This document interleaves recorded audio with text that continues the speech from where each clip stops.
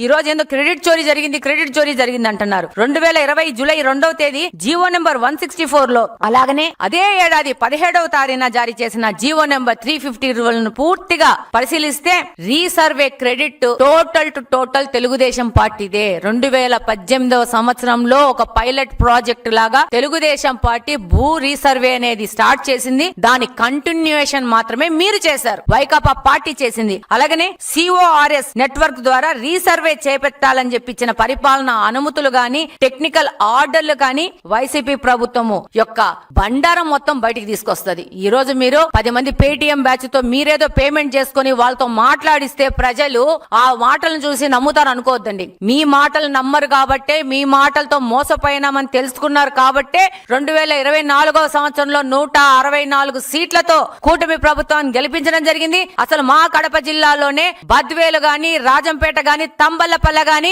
మా యొక్క తప్పిదాలతో ఓడిపోవడం జరిగింది. గాని అవి కూడా మా సీట్లే. మీరు సింగిల్ డిజిట్ లో ఆగిపోవాల్సిన వాళ్ళు. ప్రజలు మీ యొక్క దురాగతాలకి, మీ యొక్క దౌర్జన్యాలకి కంప్లీట్ గా అవగాహన ఉంది ప్రజలకి. ఈ రోజు ఎక్కడ ఈ యొక్క పట్టదారు పాస్ పుస్తకాలు పోతే ఇంత మంచి పని చేసింది కూటమి ప్రభుత్వం అని ప్రజలందరూ అనుకుంటున్నారని చెప్పేసి పొల్లోమని చెప్పి వచ్చి ఇది క్రెడిట్ చోరీ అంటున్నారు.